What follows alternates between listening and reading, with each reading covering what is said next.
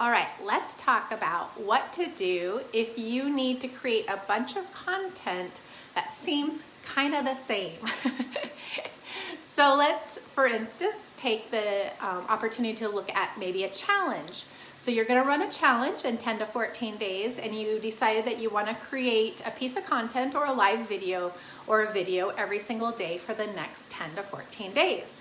Like, holy moly, what am I going to talk about for 10 to 14 days when basically I just need to say the same thing over and over again?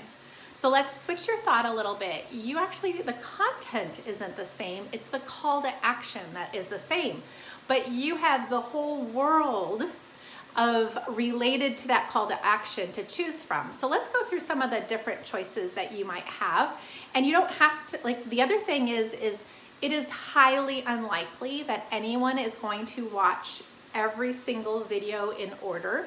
So you do not have to have a series or a theme or anything. In fact, it's almost better when you're talking about promoting something that you try a whole bunch of different things and see what works the best, see what's getting the most traction, especially if you end up putting a few dollars of boosting behind it. It's really easy to see really quickly which headlines are really catching people's attention, which videos and type of topics are always going to hold people's attention.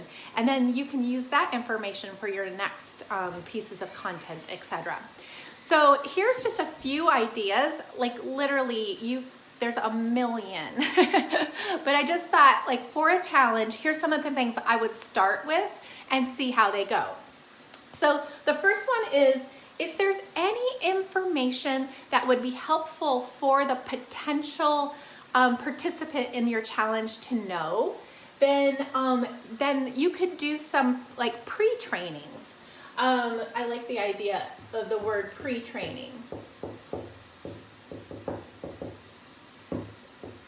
And that one of the reasons why I like that is it flows really nicely with your call to action, and also sets them up for success inside the actual challenge. So it's a really natural call to action. So anything that they might need to know ahead of time, or and I like to take this in a way of mindset too.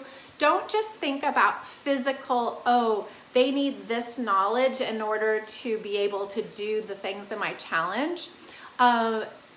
The truth is, a lot of us need the biggest obstacle to the success in the challenge is going to be mindset. So you could tackle some of those mindset issues ahead of time. And the cool thing about it, think about this, is let's say you have you have a few people signing up for your challenge along the way. You could also share these videos into your challenge Facebook group, or put the links if you're using a membership area. If you're sending out emails to remind people about that the challenge is coming up in 10 days, 8 days, 6 days, you could be including links to these videos along the way. So it gives you something to talk about in all those areas. All right, so if they need to know something before they start the challenge, that's always a good place to start. Related topics. One of the things that I always want you to think about is let's say that you are doing a challenge that is about, I don't know, let's say the Eating Healthy Challenge. That's a really catchy name. The Eating Healthy Challenge. So that's what this is, okay? So, and you're gonna take them through, let's just say, a 10-day Eating Healthy Challenge, and you're gonna introduce, 3 major concepts. One is more water. Number 2 is like wise choices at home. And then wise choices out. Okay, so that's kind of what let's say that's what your challenge is kind of working at. So that's that content right here. Well, what I want you to think about is all the content that is related. So let's say that you're going to talk about drinking more water. You could talk about all sorts of things about beverages and beverage choices. And because that's stuff that you're not going to cover in the challenge, but it's related. Like maybe you could talk about, hey, like here's some healthier like substitution options. What maybe you don't think that like fruit juice is the best choice because of blood sugar issues. Like you can think of like 1,000 different ways to just talk about what people are drinking. Well, there you go. The other thing could be, is this something where you're going to ask them, you're going to say that maybe refraining from alcohol would be a good thing to do. Like 300 or 400 different ideas when we just talk about beverage choices, which is related to the core topic, but you're not really covering it in the challenge, okay? You could do the same thing for food. Think about that. Like, let's say you're you're covering wise choices at home, but maybe like that has to do with all sorts of choices. Maybe you do a video about like, if you're vegan, here's what you believe. Here's some choices. If you're vegetarian, here's some choices. If you eat meat, here's some choices. So you can take all these different things that don't take away from what they're going to learn in the challenge, but actually add to it. You can dive in really specific. And the cool thing is when people, like, let's say I am vegan and, or I was vegan and I watched your video about vegan food choices in relation to what you're going to teach in this challenge. Do you think there is a moment where I don't sign up for that challenge? No. And that's one of the cool things about is you can get pretty specific on all of these, because if you can catch their attention with some content that really applies to them, the natural next step is for them to join the challenge. So, so we have like related topics to like, you're not even going to be dealing with exercise. So why don't you like do a series or a few things about exercise and how they, maybe, how to subconsciously put the exercise into your day, how to make sure you have time to exercise. There's what exercises to do. Like we're talking about 3 billion pieces of content right there. All right, so you are going to talk about eating out, but maybe instead of like tackling it in that way, you address it in a different way, saying my favorite fast foods or something like that, where you just take a portion of what you might be teaching in here and just flesh it out in a really big way to say, hey, I know you're busy, I know you're going to eat fast food, here's some of the better choices that you could do, or like here's the restaurants to avoid, or just on and on and on. And then you could do like, what do people need to know about, like, to make this, so maybe about habits, how habits are formed and how habits are broken. Maybe strategies for time management, so they have time to do the challenge. Like maybe you're gonna have them do something about setting your home up for success.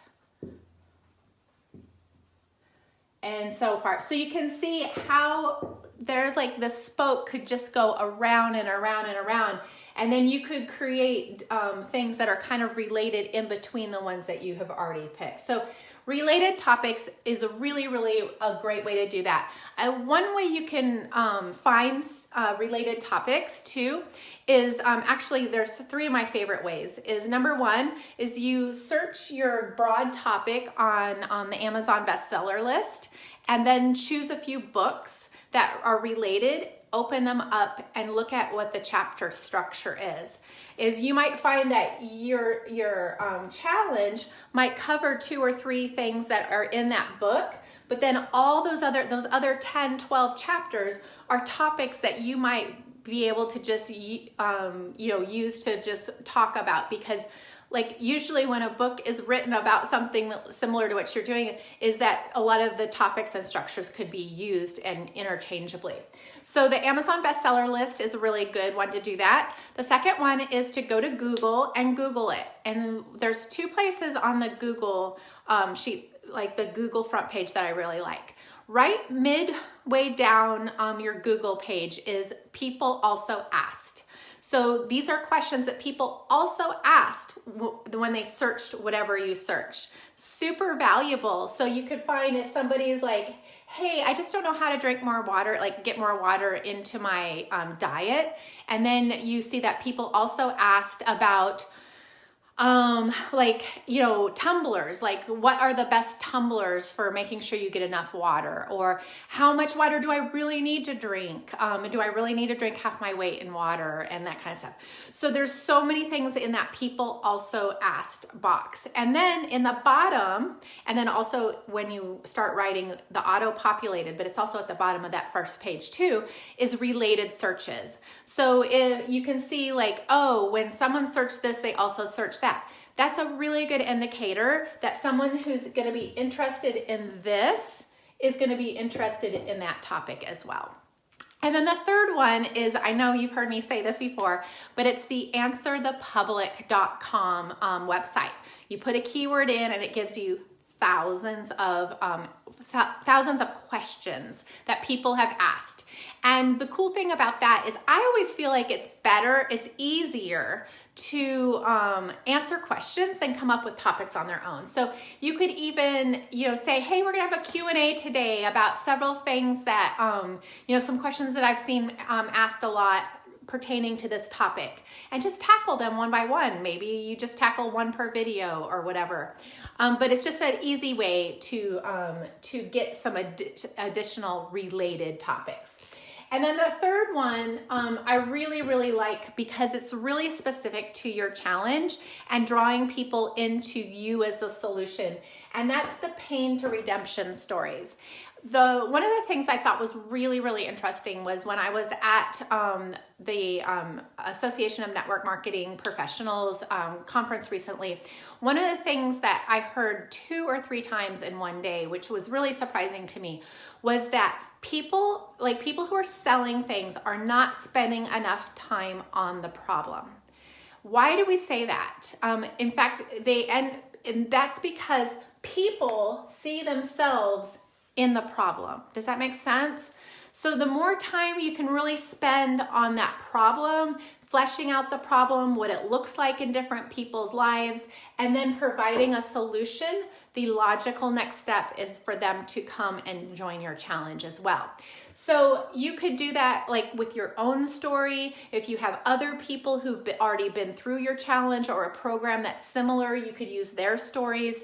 And it's just a really, really powerful way to have people identify and say, oh my gosh, she sounds just like me. When they say she sounds just like me, and then you present that the solution is joining your challenge, that again is a complete no-brainer for someone to join. All right, so don't be afraid of this. Now you can see we could pretty much we could promote a challenge for 365 days. With just the same call to action and not feel like we're repeating ourselves over and over and over again. And do not be afraid to repeat that call to action over and over again. Most people need to hear it 7 to 10 times statistically before they're willing to take action. So don't feel bad if you're like, that person has watched 5 of my videos. They just may be someone who needs to hear it 10 times before they take action, which gives you motivation to make sure that you put it out into the world as often as you can.